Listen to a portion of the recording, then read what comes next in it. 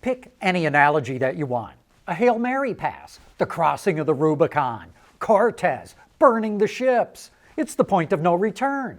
Any way that you look at it, Jaguar's rebranding campaign and design direction is a slash and burn battle plan to dump its existing customer base and veer off in a new direction. It's bold, it's gutsy, and if it doesn't work, this is the end of Jaguar. But Jag did not have much of a choice. Its customer base is dying off. It's not attracting younger buyers, and its sales are dropping like a rock. 5 years ago, Jag sold over 140,000 cars a year globally. Last year, that dropped to only 66,000. Look, I'm sorry, but 66,000 is not enough to keep a brand alive, not unless you shrink your product line and move it way upscale and raise prices dramatically. And that's exactly what Jaguar is going to do. It's going to cut its lineup to only 3 models. It's going to price them in the $150,000 to $250,000 range. And it's going to begin selling them through exclusive brand stores. Which makes me wonder, what the heck happens to the existing Jaguar dealerships? I guess they'll take buyouts or just end up selling Land Rovers.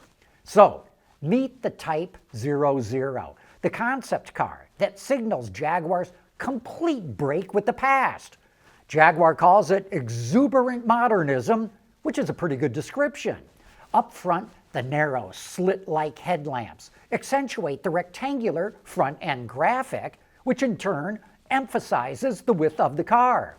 Note the extra long hood for a dash-to-axle proportion that we have not seen on cars since the 1930s. Back then, cars had long hoods because they had big engines. But the Type 00 is electric and doesn't need a long hood at all. So that dash-to-axle proportion is purely for design aesthetics.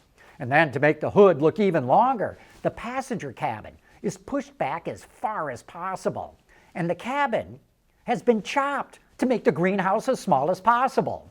The fastback roof visually cuts down on the rear overhang, and note that there's no back window, or backlight as they call it in the industry. A rear camera will provide a video feed to one of the screens inside. The rear taillights and turn signals are hidden in what Jag calls strike-through horizontal graphics, which looks all the world like me to an HVAC vent, but it also produces a very clean look. Inside the car, it has a minimalist, techie look with 2 large screens emerging from the instrument panel, which in turn are split by a spine that runs the length of the interior. To add some warmth, the spine and upper door trim panels are accented with hand-finished brass, and the back seats are divided by a center section trimmed with travertine, which is a kind of limestone. But remember, the Type 00 is a concept car, and designers always cheat the design to make a concept look more dramatic. So that greenhouse probably won't be as chopped down in the production version. The gap between the giant 23-inch tires and the wheel well openings will be a lot bigger than what you see here. The car will sit higher off the ground, and then try to picture it with license plates, side mirrors, side marker lamps, and a chimsel, the center high-mounted stoplight. All that's going to take away a bit of the drama, even though it's still going to look pretty dramatic.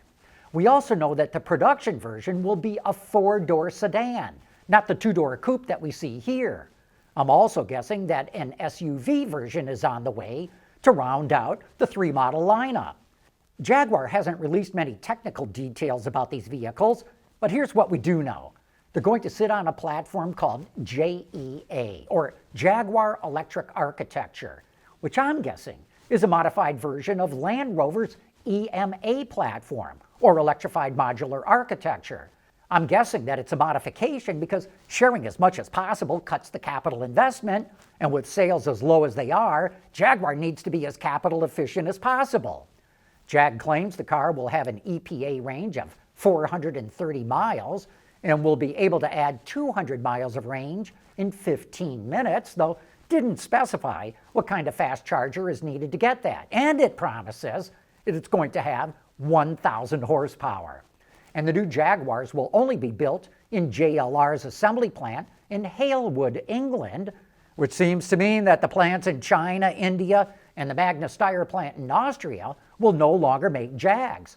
Same goes for the English plants in Solihull and Castle Bromwich. That will cut a massive amount of cost out of Jaguar's operations, and it only makes sense for a brand that only sells 66,000 cars a year. Jaguar says the four-door will go into production sometime at the end of next year, so we probably will not see them on the road until 2026. And it's going to get massive media coverage because it looks so different. Initial sales will probably be really good too because, like the Cybertruck, there's a lot of people out there who want to be seen in something completely different. The real test of Jaguar strategy is going to come in year 3. If demand stays strong, then the gamble will have paid off. And make no mistake, this is a big gamble. We've never seen a car company take a head-first plunge into the deep end like this before. Like I said at the beginning, Jaguar had to do something different. It didn't have a choice. But like I also said, if this doesn't work, it's the end of Jaguar. But I hope it does work because even though not all of this appeals to me, I love the fact that they had the guts to do it.